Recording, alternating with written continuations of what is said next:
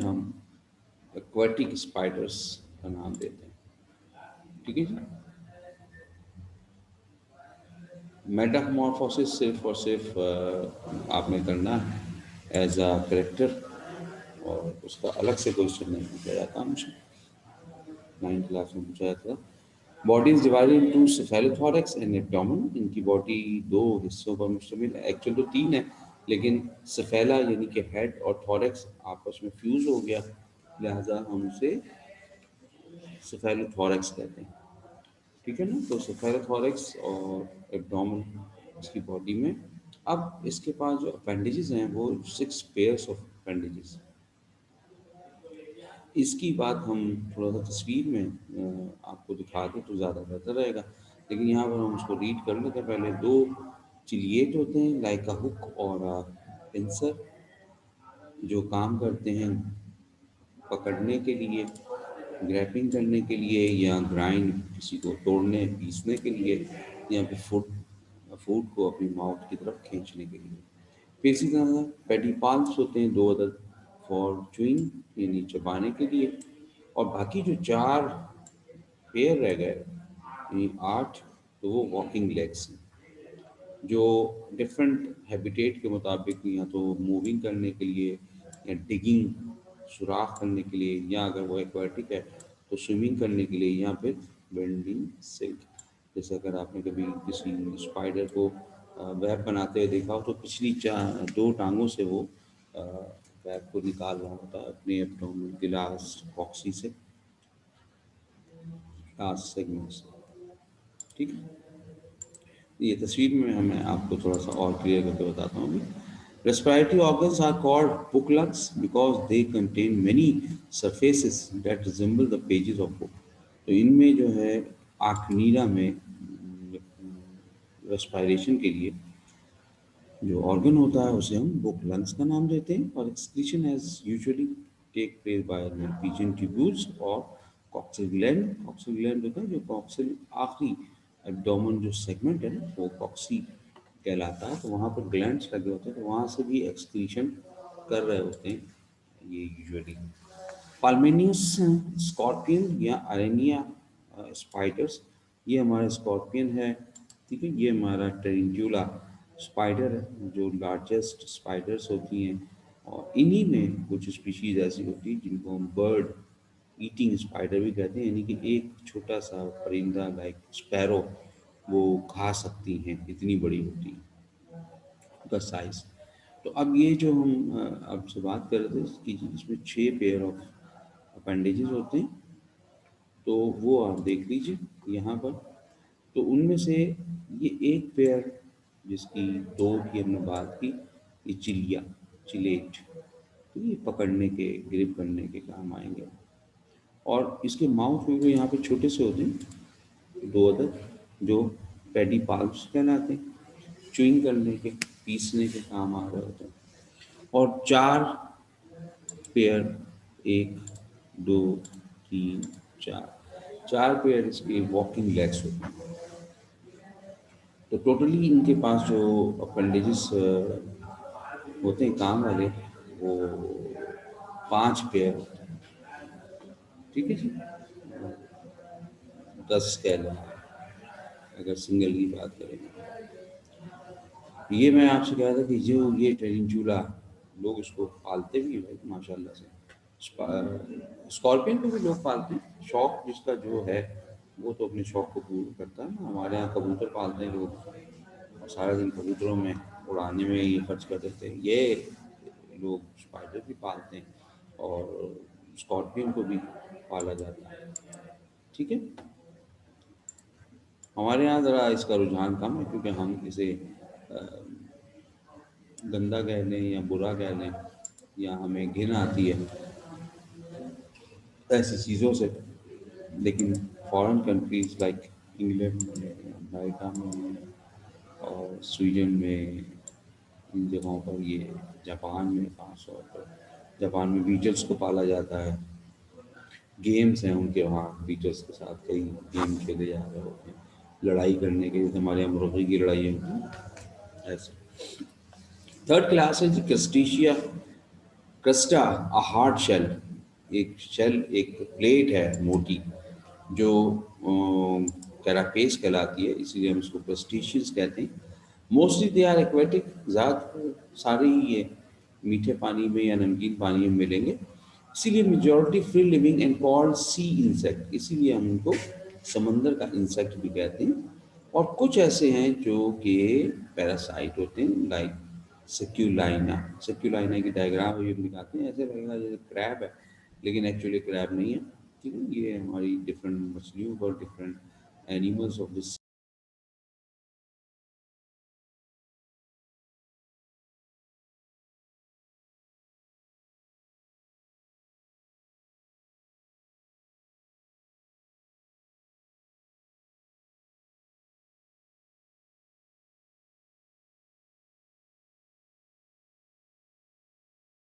जी जी जी सरकार, मसला नेट चला गया था, आ गया वापस। तो ये मसले मसाइल तो रहते हैं। तो हम सेकुलाइना का आपसे बात कर रहे थे कि ये शक्ल सूरत से हमें ऐसा लगेगा कि क्रैब है, लेकिन एक्चुअली ये पैरासाइट होता है। ठीक है ना।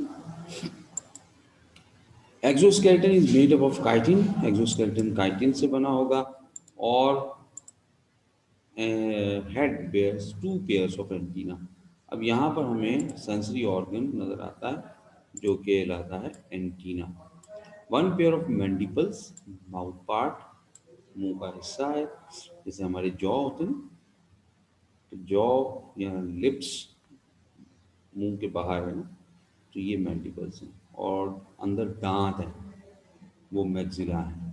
ठीक है, and to pairs of maxilla around their mouth. तो अब इनमें जो है वो अलग अलग हमारे, जैसे हमारे बाहर लिप है ना, और फिर अंदर दांत है, फिर माउथ शुरू होता है। तो इसी तरह से मैंडिबल्स होते हैं बाहर, और फिर मैक्सिला, इनकी शेप वगैरह अलग अलग होती है अलग एनिमल्स में, और वो पकड़ने और काट के खाने के इस्तेमाल में आते हैं। ये अपनी फूड को पकड़ लेंगे और उसको काट के खाएंगे। Body is divided into cephalothorax and abdomen as usual, क्योंकि सेफेरोथोरैक्स बन गया है, हेड और थोरैक्स आपस में फ्यूज होने की वजह से। Cephalothorax is covered over a single plate called carapace, इसीलिए हम इसे क्रस्टेशियन का नाम देते हैं, क्योंकि इसकी बॉडी के जो सेफेरोथोरैक्स है उसके ऊपर एक खास प्लेट कैरापेस मौजूद है। सही, जो हमने पहले भी देखी थी इस पहले क्लास में। Appendages are modified for 5 pairs of walking legs, swimming, feeding, respiration.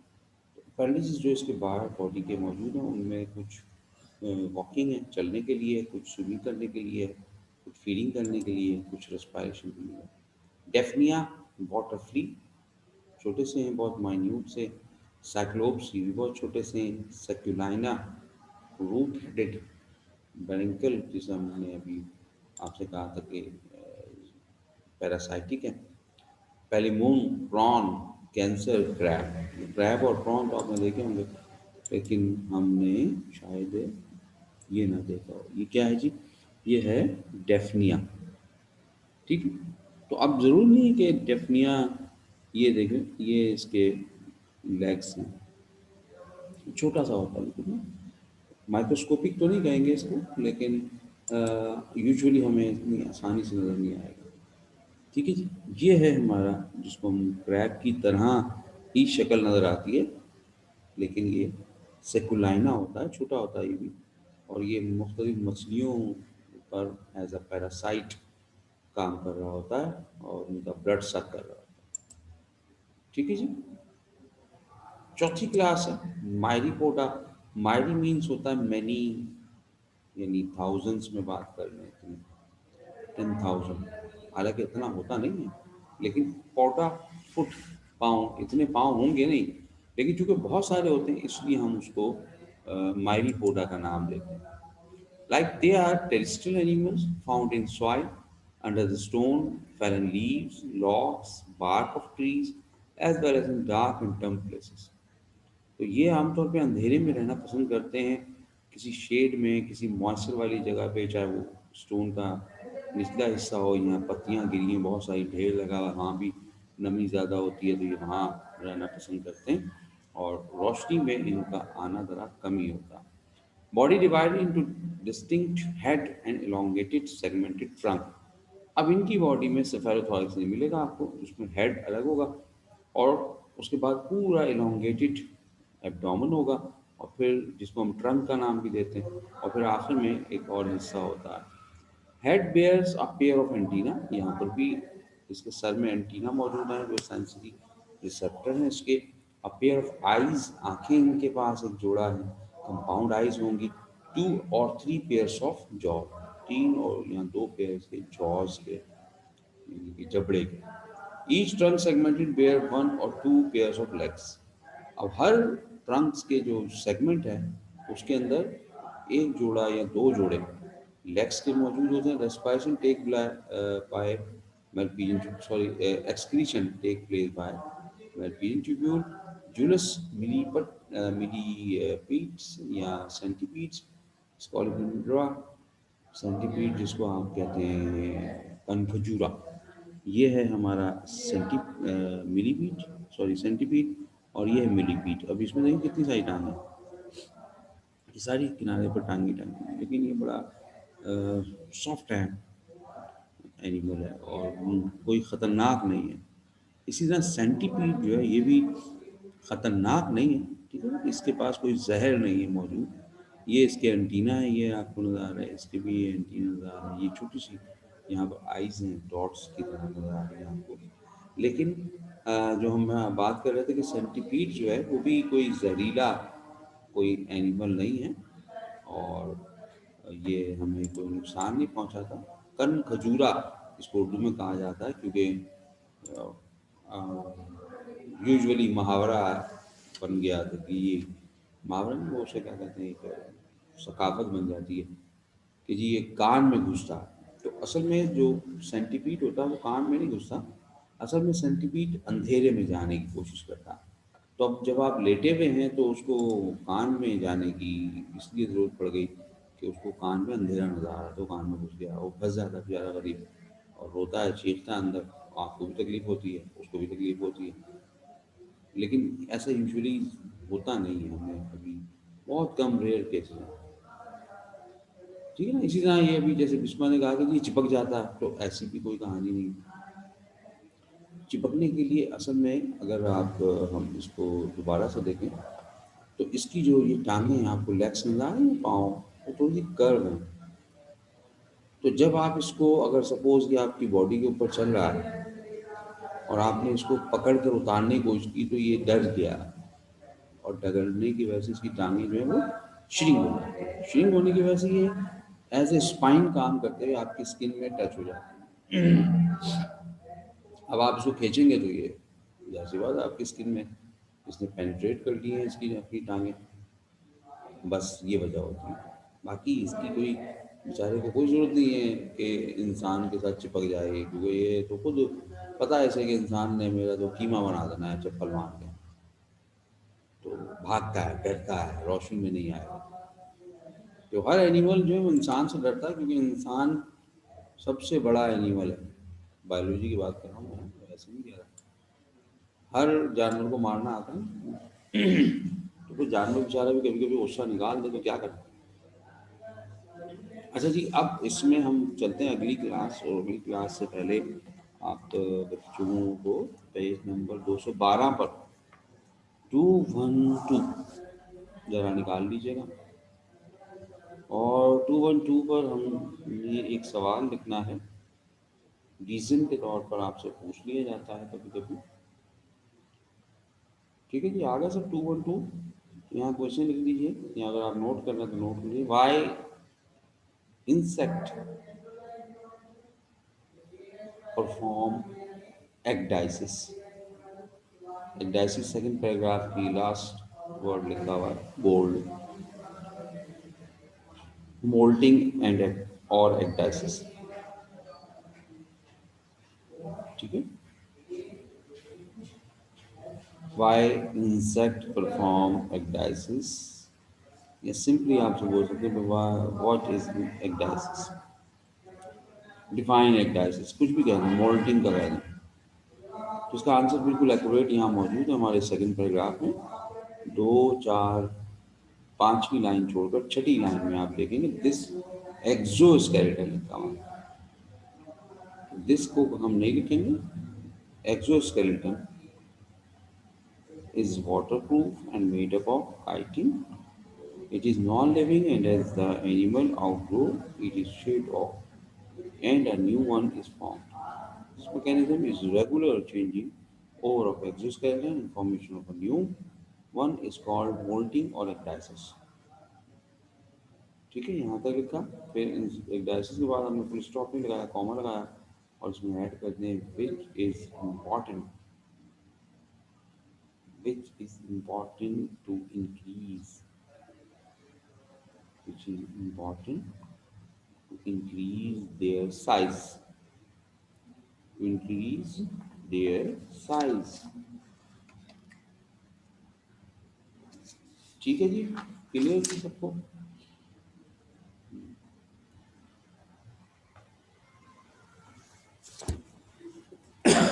अब आ जाए जी क्लास हेक्सा कोडा। हेक्सा मीन्स होता है छः, कोडा मीन्स लेग्स। तो इनमें छः टांगे होती हैं। इसकी सबसे बड़ी बात वो जो हम पहले चार्ट में पढ़ चुके, this is the largest class of animal kingdom. ये आर्थ्रोपोडा की भी सबसे बड़ी क्लास है और एनिमल किंगडम की भी सबसे बड़ी क्लास है। It includes more than 90% of arthropod species. ऐसी बात है कि हमने देखा था 75% जो है इंसेक्ट्स हैं और सिर्फ 8% अदर आर्थ्रोपोड्स हैं। तो 90% हम एवरेज लगा लें तो वो हमारे इंसेक्ट ही हैं। ठीक है। These are usually terrestrial animal but few are aquatic. ये आमतौर पर टेरेस्ट्रियल है, कुछ एक्वाटिक भी हैं, डाइविंग बीटल्स होती हैं और कुछ स्पाइडर जैसे आपने अभी जैसा बात की, तो इसी तरह कुछ इंसेक्ट पानी के किनारे पर रहना पसंद करते हैं। Body consist head, thorax and abdomen. इनमें हेड, थॉरैक्स और एब्डोमेन अलग अलग है। यहाँ पर वो फ्यूजन नहीं हो रहा, तीनों चीज़ें अलग अलग हैं। बॉडी सेगमेंट 14 to 20, 14 से 20 सेगमेंट होते हैं। ठीक है, ज़रूरी नहीं कि पूरे 14 ही हों और 20 हों, बस इनके दरमियान में। Consisting of 6 cephalic segment. ठीक है, सेफेलिक सेगमेंट का मतलब क्या होगा? सेफेलिक सेगमेंट सर के सेगमेंट और 3 थोरेसिक सेगमेंट। 6 to 11, 6 हो सकते हैं या 7 या 8 या 9 या 10 या 11। तो 11 तक एब्डोमिनल सेगमेंट होते हैं। ठीक है, तो सेगमेंट की पार्टीशन आपको दिखाई। सवाल कोई आया है, क्या आया है जी? टेरिस्टल का मतलब होता है बेटा खुश्की, ड्राई लैंड। ठीक है, तो ये हमारे इंसेक्ट आमतौर पे ड्राई लैंड में हमें मिलते हैं, लेकिन एक्वाटिक भी होते हैं, ऐसे हमने बात की। Head bears a pair of compound eyes. इनके सर में भी कंपाउंड आइज लगी होती है। मक्खी को देखिए, बड़ी बड़ी बड़ी सी आइज आपको उसमें नजर आएंगी, वो कंपाउंड आइज होंगी। अ pair of antenna, sensory organ इनमें लगा हुआ, और माउथ पार्ट। माउथ पार्ट इनमें सबसे अलग है, जिनकी हमें एक अलग से शॉर्ट क्वेश्चन भी आता है, वो भी पूछते हैं आपसे। ठीक है जी। Each thoracic segment have a pair of legs, whereas wings, if present, are on third, second and third segment. इनके जो पाँव हैं, अच्छा बाज इंसेक्ट ऐसे भी हैं जो विदाउट विंग्स होंगे, जरूर नहीं सबके पास विंगलेस भी होते हैं, वो भी हम आगे आपको दिखाते हैं। तो अगर विंग वाले हैं तो थोरेसिक सेगमेंट में पेयर भी लेग्स का जो है वो भी वहीं लगा होगा नीचे की तरफ से, और विंग्स ऊपर की तरफ से लगे होंगे सेकंड एंड थर्ड सेगमेंट्स में। ठीक है। Insect have different mode of nutrition, so they have different types of mouth part. इनका खाने का तरीका, खाने की चीज़ें, खाने का सलीका अलग अलग है। कोई रस पी रहा है, कोई रस सक कर रहा है, कोई चूस रहा है, कोई बाइट कर रहा है, कोई च्यूइंग कर रहा है। तो इसी हवाले से इनके जो माउथ पार्ट्स होते हैं वो भी डिफरेंट स्टाइल या मॉडिफाइड है। तो ये सवाल हमारा पहले आप के नोट कर लें ताकि आपको भी ये भी याद रहे जाएंगे। अरे या पेज नंबर 215, 215 पर हमारे पास कुछ चीज़ें हैं और पहले हम इसकी बात कर लें, माउथ पार्ट की। तो पैराग्राफ जो नीचे लिखा हुआ है इंसेक्टा का, उसमें हम देखें अगर जनाब, तो 1 2 3 4 5 6 7 8 9, 9th line. Insects have developed many types of specialized mouth part to suit their mode of feeding. इनमें बहुत सारे अलग अलग माउथ पार्ट्स हैं और वो सूट करते हैं इनकी फीडिंग हैबिट को, कि क्या खाना है, कैसे खाना है। They may be biting and chewing. अब आपने बाइटिंग एंड चूइंग टाइप अलग हेडिंग लगा दी, और इसकी एग्जांपल है कॉकरोच, लॉकस्ट, ग्रासहोपर। तो ये बाइटिंग काट के, ये चूइंग करते हैं, चबाते हैं। पर्चिंग एंड सकिंग, पर्च करना, चुभोना, और फिर उसके बाद सक करना, जैसे मॉस्किटो करता है। तो वो खून चूसने के लिए पहले हमारे पर्चिंग करता है। पर्च करना कहते हैं सुई लगाने से। फिर हमारे पास स्पंजिंग, हाउस फ्लाई है, उसको देखिए कभी, वो जो चुइंग और लैपिंग। चुइंग थोड़ा सा चबाया तो वहाँ से फिर नेक्टर निकलेगा, उस नेक्टर को चाटना, लैपिंग कहते हैं चाटने को। तो चाट कर खाना, सक नहीं कर रहा है ये। फिर स्पंजिंग, स्पंजिंग आपको, ये अगर हाउस फ्लाई को देखिएगा कभी गौर से, जब वो कुछ खा रही हो आपकी टेबल शेबल से या कहीं आसपास, तो उसको ज़रा करीब से देखिएगा। उसके माउथ से एक स्पंज लाइक स्ट्रक्चर ब्रॉड सा निकलेगा, और वो वहाँ उस जगह पर रख रही होगी और अंदर लेकर जा रही होगी अपने माउथ को। तो वो स्पंज, जैसे हमारे घर में कोई पानी या कोई लिक्विड गिर जाता है तो हम स्पंज उसके ऊपर रखते हैं, तो स्पंज को सॉक कर देता है। तो इसी तरह हाउस फ्लाई का माउथ पार्ट भी स्पंजी होता है। साइफनिंग, बटरफ्लाई, उसके अंदर आपने देखा होगा एक गोल सा साइफन होता है, जब वो यूज़ करती है तो उसको स्ट्रेट करती है, और फिर वो हमारे नेक्टर को पी लेती है। ये देख सकते हैं आप, ठीक है, डिफरेंट माउथ पार्ट्स। ये हमारा बाइटिंग एंड चूइंग कॉकरोच है, ठीक है। ये हमारा मॉस्किटो सकिंग करने के लिए जैसे हमें काट रहा है। ये हनी बी है, ये देखिए, ये जो ये सेक्स स्पंज का, ये हाउस फ्लाई, और ये बटरफ्लाई का उसका साइफन। तो गोल होता है, जब ये किसी को सख्त करनी हो मॉस्किटो वो फ्लावर्स है, तो ये स्ट्रेट होकर उसमें इनसाइड ऑफ द नेक्टर जहाँ से निकलता है ओवरी में से, वहाँ से निकाल, ठीक है जी। तो ये है। और पेज नंबर 215 पर आप सवाल लिख लीजिएगा, नोट कर लीजिएगा। Define the different mouth parts of insect. Define the different mouth parts of insect। तो ये एक एक लाइन में 5 लाइन आपकी बन जाएंगी इजीली, ठीक है। हेडिंग आपकी मर्जी लगाया ना लगाया। फिर हम इसी में से आपको बता सकते हैं, यहाँ पर हमारे पास लिखे हुआ है इसी पैराग्राफ के स्टार्ट से ही, बोल्ड वर्ड में, at pterygotes, pterygotes study of the insect is called entomology. ये एमसीक्यूज में आप लगा लो, तीसरी लाइन में लिखा लिखा एंटोमोलॉजी। तो अगर आप इंसेक्ट की स्टडी कर रहे हैं तो वो एक स्पेशल ब्रांच ऑफ बायोलॉजी है जिसको एंटोमोलॉजी कहा जाता है। अब इंसेक्ट की सब क्लास, नंबर 1, ए टेरिगोट्स। ए माने एब्सेंट, टेरिगोट विंग्स, टेरिगोटा। कौन हो गए? बगैर पर वाले। They are primitive and wingless insect. इनमें पर नहीं मिलेंगे आप, प्रिमिटिव हैं, पुराने। मेटामॉर्फोसिस वेरी स्लाइट और एब्सेंट। अब इनमें मेटामॉर्फोसिस बहुत क्लियर नहीं होता, जैसे हमने पढ़ा मेटामॉर्फोसिस में एग, फिर देन लार्वा, फिर देन प्यूपा, फिर देन एडल्ट। तो यहाँ पर इतना खास हमें नहीं नजर आ रहा। लेपिस्मा, सिल्वर फिश, आंट, हमें दिखाते हैं आपको सिल्वर फिश। दूसरी सब क्लास है टेरिगोट्स। वैसे वह टेरिगोट्स कौन होंगे? Winged insect, they are winged. गोट्स में विंग नहीं है, ये टेरिगोट्स हैं।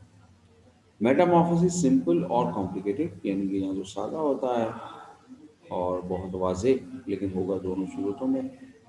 और एग्जाम्पल इसकी कोई सी भी लोग ले लें, ग्रास होपर ले लें, कॉकरोच ले लें, मस्का हाउस फ्लाई ले लें, बटरफ्लाई ले लें, ठीक है ना। ये आपको कभी इससे वास्ता पड़ा हो, इससे वास्ते से मुराद है कि कभी आपने अपनी स्टोर की या किसी कबर्ड बुक शेल्फ की सफाई की हो जो बहुत अरसे बाद, तो आपको ये कहीं आपने अगर न्यूज़पेपर रखे हों एक कोने में कहीं, और फिर आपने जैसे ही उनको उठाया हो तो इस तरह का एक इंसेक्ट आपको भागता हुआ नजर आएगा और ये अंधेरे की तरफ ही जा रहा होगा। इसे कहा जाता है लेपिस्मा या सिल्वर फिश। ये सिल्वर कलर की होती है, इसके ऊपर स्केल होते हैं। ये भी है, बहुत सारी टांगे इसकी आपको नजर आ रही है। ये इसका लार्वा, किसका? इसका। ठीक है, क्योंकि ये इंसेक्ट तो नहीं हो सकता, इंसेक्ट में 6 टांगे होती हैं, इसमें तो बहुत सारी हैं। ठीक है, असल में इसका लार्वा है। सवाल है कि क्या सवाल नहीं सर, ये कौन से पेज पर है? कौन? ये 215 पर ही है ना। हेक्सा कोडा यानी इंसेक्ट की जो पैराग्राफ का स्टार्ट है ना, वहाँ पे देखिए इंटोमोलॉजी लिखा है, बोल्ड वर्ड में ए टेरिगो टेरिगोस लिखा है, जहाँ पर अपने माउथ पार्ट हमने बताया था। ठीक है जी। तो ये सिल्वर फिश असल में मछली नहीं होती। एडवांटेज ऑफ एक्सोस्केलेटन, हम अभी जिसका एक सवाल आपको दिया था कि एक्सोस्केलेटन बनाया जाता है वो क्यों उतारा जाता है, तो कुछ एडवांटेज हैं इसके एक्सोस्केलेटन के। ये प्रोटेक्ट कवरिंग है। Exoskeleton gives protection to the internal soft parts of the animal. आमतौर पर हमारा जो इंसेक्ट होता है वो बहुत सॉफ्ट पार्ट होते हैं उसके इंटरनल, तो इतने सॉफ्ट पार्ट जो है ना वो संभालना बड़ा मुश्किल है। तो क्या किया नेचर ने, इनके ऊपर एक आउटर कवरिंग बना दी जिसे एक्सोस्केलेटन का surface for attachment. Exoskeleton provides better surface for attachment of muscles. अब इनके मसल्स इतने सॉफ्ट थे कि वो कहाँ अटैच हो, हड्डियाँ तो है नहीं इनमें। तो वो जो एक्सोस्केलेटन की प्लेट्स होती हैं पाँव में अलग अलग पीस हैं, ठीक है, एब्डोमेन में अलग अलग पीस हैं, तो वो इनको मसल्स की अटैचमेंट आपस में करने में होते हैं और फिर उसी वजह से ये मूवमेंट में इजी हो जाते हैं। Exoskeleton is divided into segmental plates. Piece होते हैं अलग अलग, और वो अलग अलग पीस जो मूवमेंट करने में आसानी पैदा करते हैं। ठीक है। मोल्टिंग और ecdysis, the periodic shedding of the exoskeleton and secrete new skeleton is called molting or ecdysis. It controlled by the molting hormone ecdysone. अभी प्रोसेस अभी हमने जो इससे पहले क्वेश्चन किया था तो ecdysis आपको लिखवाया था। हाँ, वो उसका अलग एक था, आप डेफिनेशन ये भी लिख सकते हैं, लेकिन वहाँ पर हमने रीजन के तौर पर लिखवाया था आपको। अगर डेफिनेशन खाली पूछ जाए तो फिर आप ये भी लिख सकते हैं। तो हमने कभी गौर किया हो शायद कभी, हमारे जो किचन में होते हैं ना छोटे वाले इंसेक्ट, छोटे वाले कॉकरोच जो किचन में अक्सर होते हैं, तो उनका कोई छोटा मोटा हिस्सा यानी आपको नजर आएगा बायो, उनके पीस, तो वो स्केलेटन उसका एक्सोस्केलेटन, उसमें क्या किया है इन्होंने, जब ये असल में एक्सोस्केलेटन नॉन लिविंग होता है ना, काइटिन से बना हुआ, तो जब इनकी इंटरनल बॉडी बड़ी होने लगती है, थोड़ा सा अपने साइज को बड़ा करने लगती है, तो फिर इनका वो शीट जो है ना वो इनको फंस जाती है। जैसे हम ने जो आज से 2 साल पहले कपड़े अगर आपने लिए थे, तो वो अब अगर आप पहने तो वो शायद आपको परेशान करेंगे, यार ये तो मेरे को बहुत फिट हो गया, बहुत टाइट हो गया, तो आप उसको शेड ऑफ करके आपने बड़े कपड़े ले लिए। तो इसी तरह से ये भी अपने एक्सोस्केलेटन को शेड ऑफ करते हैं, उतार देते हैं, और अगले 2-3 घंटे के लिए आराम करने लगते हैं, और फिर आराम करके अपने आप को दोबारा से न्यू स्केलेटन फॉर्म करते हैं, और न्यू स्केलेटन बन जाता है, फिर दोबारा भाग घूम फिर सकते हैं। ठीक है। Moulting allow the animal to grow. Moulting allow करती है कि जी एनिमल जो है वो अपने साइज को बढ़ा कर लिया। सही। अब इंसेक्ट एंड डिजीज, ये टॉपिक हमारा बीच में था कहीं, और यूजुअली कभी शायद पूछा नहीं गया, लेकिन फिर भी पढ़ना तो है आपको। Mosquito, several species of Anopheles are vector of human malaria. Anopheles species जो है मॉस्किटो की, वो ह्यूमन में मलेरिया फैलाने का बाइस बनती हैं।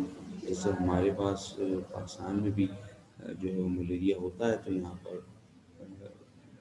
स्टेफिनाई, शायद एनोफिलस स्टेफिनाई स्पीशी है या इसी तरह का कोई नाम है, वो हमारे मलेरिया वेक्टर है। अलग अलग कंट्रीज में अलग अलग स्पीशीज हैं, लेकिन जीनस एनोफिलस ही है। एडीज इजिप्टाई, पूरी दुनिया में आपको पता है कि जी डेंगी फैलाने का बाइस बनता है, और कुछ अफ्रीकन कंट्रीज में येलो फीवर को भी कॉज करता है, ब्लैक बोन फीवर। डेंगू को आप कहते हैं black bone fever. Fleas, fleas are the ectoparasite of many warm blooded animal. जैसे हमारी कैट्स हैं, रैट है, चूहा, बिल्ली, इनमें भी छोटे छोटे से फ्लीज होते हैं, ये जंप करते हैं, और ये एक्टोपैरासाइट इनके बालों में, उनकी स्किन पर होते हैं, और ये बहुत बड़ा नुकसान बाइस बनता है हमारे प्लाग, ताउन जिसे आप कहते हैं, उसको फैलाने में। चूहों से ताउन ताउन फैलता है, तो फ्लीज कैरियर होता है, वेक्टर होता है ताउन का। Rat fleas are involve in the transmission of deadly human disease, the plague. Plague एक ऐसी बीमारी है जिसमें हमारी जो अंडर आर्म्स है वहाँ पर दाना निकलना शुरू होता है, और वो इतना बड़ा होता जाता है, साथ में फीवर बहुत तेज रहता है, और वो फिर मतलब उसको हम कवर नहीं कर पाते। और फिर मुसीबत ये होती है कि ये बड़ी तेज़ी से फैलती है। यानी जैसे आजकल हमने कोविड के बारे में सुना ना, तो 6 फीट का फासला रखने तो चलो जी गुजारा हो जाएगा, लेकिन यहाँ पर प्लाक जो होता है ना वो फैलता है, और बड़ी स्पीड से फैलता है, और जो 6 फीट का फासला भी काम नहीं आ पाता, इसलिए बाकायदा तौर पर इससे पनाह मांगी गई। Flies, the species of house fly and different, हमारी स्पीशीज जो मक्खियाँ हैं वो हमारे डिफरेंट एनिमल्स के ऊपर भी रहती हैं, और हम जो खाना वगैरह हैं, दूसरी चीज़ें हम इस्तेमाल कर रहे होते हैं, उन पर भी हमें नज़र आती हैं। तो ये वहाँ पर डिफरेंट जरासीम को पहुँचा देती हैं, और वो फिर हमारे खाने के साथ हमारी बॉडी में चले आती हैं, जैसे टाइफाइड है, कॉलरिया है, डिजेंट्री है या डायरिया है, तो वो भी हमारे फ्लाइज जो हमारे लिए मुसीबत बड़ी होती है। Grasshopper, moth, butterfly and beetle, they are called pest. Pest कहते हैं हम फसलों को नुकसान पहुंचाने वाले जो इंसेक्ट है उनको। तो ये हमारी क्रॉप को, ट्रीज को, फॉरेस्ट को, उन वहाँ मौजूद जो दरख्त हैं, प्लांटेशंस हैं, उनको ये नुकसान पहुंचाती हैं, खा जाती हैं। जैसे भी आपने शायद कुछ अर्सा पहले टिड्डी दल सुना होगा ना, अखबारों में भी आ रहा था, टिड्डी दल डिफरेंट शहरों में जो है वो टिड्डी दल नाम लगा दिया। टिड्डी दल जो होता है वो ग्रास ऊपर से बड़ा होता है हमारा। Lepisma, they found in book shelf, जैसे भी हमने बात की, तो ये पुरानी बुक्स को आपके नुकसान पहुंचाता है, ठीक है। इंसेक्ट्स ऑफ सक्सेसफुल ग्रुप, ये हमारे पास पेज नंबर 216 पर आप देखेंगे, और यहाँ पर आप क्वेश्चन लिखिएगा कि Y insects are successful group of animals. Terrestrial भी कह देते हैं। Why insect called successful group of animals? Page number 216.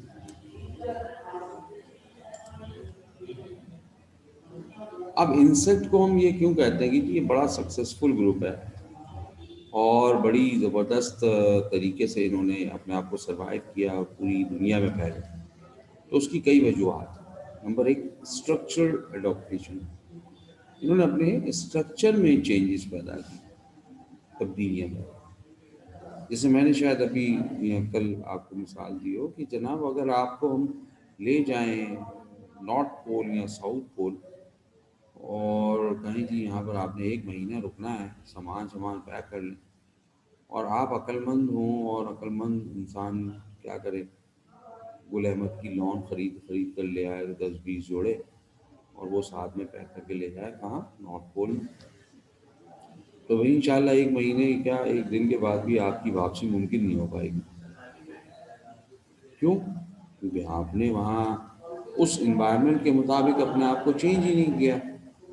आपको तो भाई इलेक्ट्रिक हीटर लेकर जाना था, आपको तो ऐसे कपड़े लेकर जाने थे जो गर्म हो।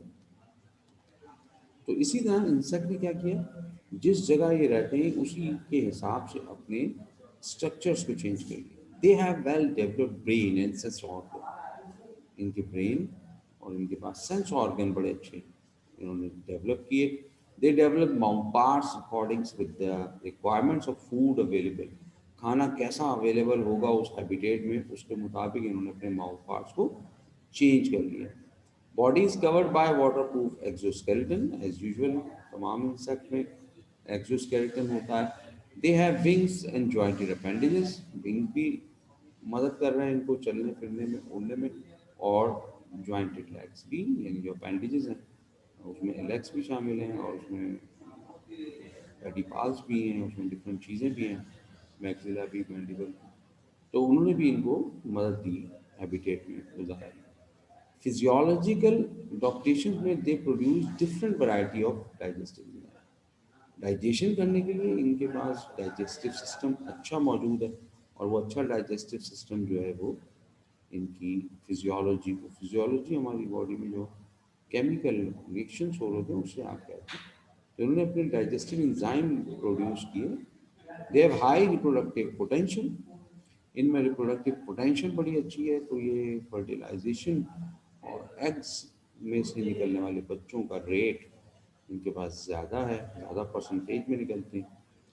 Metamorphosis increase their chance of survival even in the extreme environment. Metamorphosis करते हैं, पता है ना, एग से लार्वा निकला, लार्वा से प्यूपा, प्यूपा से एडल्ट। अब इसका सर्वाइवल से क्या था, ये याद रखिएगा। अभी जो जैसे मैं मिसाल दूँ, सर्दियाँ चल रही हैं, तो अभी आपने नोट किया होगा कि शायद मॉस्किटोज हमें या बट ये हाउस फ्लाइज कम मिल रही हैं, लेकिन इनकी लाइफ साइकिल रुकी नहीं है, स्लो हो गई है। तो जैसे हालात इनके ख़राब होते हैं, जैसे बहुत मौसम एक्सट्रीम पर पहुंच गया, ठंड ज़्यादा हो गई, गर्मी ज़्यादा हो गई, तो ये इनकी लाइफ साइकिल स्लो हो जाती है। अब मॉस्किटो अंडे दे रहे हैं पानी में, और उनसे लार्वा भी निकल रहे हैं, लेकिन लार्वा जो है वो कन्वर्ट नहीं हो रहे हैं इनटू प्यूपा। अगर नॉर्मल टेम्परेचर होता है इनकी फेवरेबल कंडीशन में, तो आमतौर पे 7 दिन में जो लार्वा है वो प्यूपा में बदल जाता है, और अगले 2 दिन बाद प्यूपा कन्वर्ट हो जाता है इंटू एडल्ट में। अभी वो 7 दिन की जगह पूरा महीना लगाएगा प्यूपा बदली करने में, फिर प्यूपा एक हफ्ता और लगाएगा। ठीक है, तो ये अपने आप को चेंज, इनकी मेटामॉर्फोसिस की रेट को चेंज कर लेते हैं, इनका सर्वाइवल रेट बढ़ जाता है। Social adaptations, they live in a coordinate society which increase adaptability to the environment। जैसे ants हैं, हनी बी है, हमारी वुड लाइस है, ये क्या करती है कि इन्होंने पूरी एक अपनी कॉलोनी बनाई है, पूरी सोसाइटी है, और सोसाइटी में रहकर एक दूसरे की मदद करके अपने इन्वायरमेंट में जीना सीखा है। ठीक है, फिर हम बात करते हैं इकोनॉमिक इम्पोर्टेंट। इसका भी हमारा शॉर्ट क्वेश्चन आपसे पूछ लिया जाता है। ये हमारे पेज कौन से पर होगा अभी मैं बता देता हूँ, आपसे पीछे होगा, पेज नंबर 213 पर economic importance. Right the economic importance of insects, page 213 पर। ठीक है, वहाँ लिख लें, यहाँ से आप नोट कर लें। तो इकोनॉमिक इम्पोर्टेंट में हमारा बेनिफिशियल इंसेक्ट्स जो हमें फ़ायदा देते हैं वो देखते हैं हम पहले जी। कमर्शियल प्रोडक्ट्स, इंसेक्ट से हमारे कमर्शियल प्रोडक्ट्स क्या मिलती है। Number one, Honey. Apps APs यानी कि हनी बीज produce millions of tons of honey every year. It also gets back from the farm. ठीक है, एपीज जो है हमारी हनी बीज जिनको हम कहते हैं, तो हनी बीज से हम शहद लेते हैं, प्रोड्यूस करवाते हैं, और ये बहुत ज़्यादा क्वांटिटी है पूरी दुनिया में इस्तेमाल करने के लिए। Page number 213। ठीक है, और इससे वैक्स भी मिल जाता है हमें, वो जो कॉम है वो असल में वैक्स का बना हुआ है। दूसरा हमारा है apiculture. Forming of honey bee is called apiculture. ये एमसीक्यूज है, अपने लिए लगा लीजिए, एपीकल्चर सेरिकल्चर। तो अगर हम हनी बी को, अच्छा अब हम जो नेचुरल हनी बी शहद बना रही हैं, तो वो तो हमारी रिक्वायरमेंट को पूरा नहीं कर पाता। हमें क्या करना, अब हम फार्मिंग करते हैं, हनी बी को पालते हैं, जंगलों में पालते हैं, मतलब घर में नहीं। और फिर ये जंगलों में ही वहाँ घूम फिर कर शहद बनाने के लिए जो इनको खास बॉक्सेस में रखा जाता है, तो ये उसमें वापस आती हैं और वहाँ कॉम बनाती हैं। फिर हम उसको देखते हुए जब कॉम अच्छा बन जाता है तो उसको शहद निकाल लेते हैं। तो इस प्रोसेस को कहा जाता है एपीकल्चर। जैसे डेयरी फार्मिंग है ना, इसी तरह सीरी कल्चर कहा जाता है forming of silk worm. Silk तो अब ओरिजिनल तो हमें नज़र नहीं आता क्योंकि बहुत महंगा है, बहुत कॉस्टली है। लेकिन सिल्क जो होता है, रेशम जिसे आप कहते हैं, तो उसका बाकायदा एक लार्वा है, इंसेक्ट है, और वो लार्वा जो है वो सिल्क बनाता है, धागा बारीक सा। तो हम उसकी जो बटरफ्लाइज हैं उनको पालते हैं, उनसे लार्वा लेते हैं, लार्वा को उसी एरिया में ग्रो करवा रहे होते हैं, तो वो सिल्क फॉर्म कर रहा होता है। उस सिल्क को हम अपने यूज़ में ले लेते हैं एज अ क्लॉथिंग करने में useful. Predaceous insects. Some insects are predaceous. They feed upon and destroy large number of injurious insects like mantis feed on flies, grasshopper, and caterpillars. A ground beetle prey upon many kinds of Lepidopterans larvae, which destroy serious important. अब क्या हो गया, predator भी हैं और pray mantis.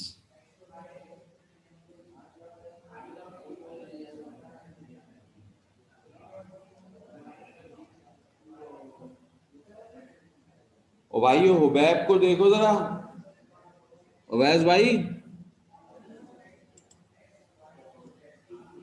ठीक है, तो ये जो हमारा प्री मैंटिस ऐसे ही होता है जैसे हमारा ग्रास होपर है, लेकिन इसका अगला जो पाँव है वो खास तौर पे पकड़ने का काम आता है, शिकार करता है, शिकारी। इसको हम प्रेइंग मैंटिस भी कहते हैं, प्रे दुआ। उसके जब ये बैठा होता है तो ऐसा लग रहा है जैसे हाथ भी उधर उठाए हुए दुआ मांग रहा। तो ये मक्खियाँ वगैरह भी खा लेता है, ग्रास होपर पकड़ लेता है, कैटरपिलर जो कि फसलों को नुकसान पहुंचाते हैं, नहीं पत्ते तोड़ के खा रहे हैं, ग्रास होपर भी है, तो ये उनका शिकार करता है, तो हमारे लिए तो फायदा नहीं। इसी तरह ग्राउंड बीटल्स होती हैं, कुछ इंसेक्ट होती हैं, वो लेपिडोप्टेरा। लेपिडोप्टेरा कहते हैं बटरफ्लाई के खानदान को, बटरफ्लाई की फैमिली को। तो उनके जो लार्वा होते हैं उनको खा लेते हैं, ये भी कैटरपिलर्स ही होते हैं, और ये भी हमारी फसलों को, सीरियल्स और कॉटन को नुकसान पहुंचाते हैं। सीरियल यानी दालें। स्केवेंजर्स हैं, some insects are scavengers, they eat up dead animals and vegetables. तो कुछ इंसेक्ट ऐसे हैं जो स्केवेंजर्स हैं, गंदखोर हैं, गंद खा लेते हैं, तो हमारे लिए सफाई हो जाती है। तो ये हमारे लिए यूजफुल इंसेक्ट हैं, ये हमारे इकोनॉमिक इंपॉर्टेंट में बेनिफिशियल इंसेक्ट भी आएंगे और हार्मफुल भी आएंगे। हार्मफुल में अभी हमने बात की थी, डिजीज ट्रांसमिटिंग करते हैं, many types of mosquito, flies, lice, जुएं जिसे कहते हैं, bugs transmit disease, female plasmodium transfer करती है मलेरिया कॉज करने के लिए। सीटी फ्लाई, ये टी सी नहीं होता, ये सीटी फ्लाई अफ्रीकन कंट्रीज में ट्रांसप्लांट करती है Trypanosoma that cause sleeping sickness, सोने की बीमारी, लेकिन मौत का बायस हो जाती है, बंदा सोया सोया सोया ही रह जाता है। अफ्रीकन कंट्रीज में है ये, हमारे यहाँ फिलहाल तो नहीं है। इंजीरियस टू क्रॉप, बहुत सारे हमारे इंसेक्ट ऐसे हैं जो क्रॉप को खाते हैं। वहाँ अंडे दिए, lay eggs on fruits and other commercial crops such as sugar cane, maize, cotton and also on vegetable. फिर उन अंडों में से लार्वा निकलेंगे। The larva of these insect damage fruits and the crop resulting loss. और वो लार्वा जो है वो फ्रूट खाएंगे या लीव्स को खाएंगे और हमारे उस फार्मर को बेचारे को नुकसान पहुंचाएंगे। ठीक है जी, तो आज के लिए मेरा ख्याल से काफ़ी इतनी बातें, हमारा जो 800 कोटा है वो आज हमारा ख़त्म हो गया। नेक्स्ट में ज़िंदगी रही और हालात और हमारी और आपके सबकी तो कैसे वे सेट रही, तो इंशाल्लाह ज़रूर मुलाकात करते हुए नेक्स्ट वीक में आपसे नया कॉलम जो है मोलस्का शुरू करेंगे। ठीक है, कोशिश हमारी है कि एक बड़ा चैप्टर, ह्यूज चैप्टर है, इसमें से हम बहुत सारे बातें ख़त्म करके और इसके साथ अगर टाइम मिले हमें तो कोशिश ये करके कि छोटा सा कोई चैप्टर और पिक कर लें जो अगर 10 जनवरी को हमारी क्लास स्टार्ट हो। तो ओके जी, फिर सबको अल्लाह हाफिज़। अल्लाह ताला हम सबको खैर खैरियत से रखे। नेक्स्ट वीक में मुलाकात करते हैं।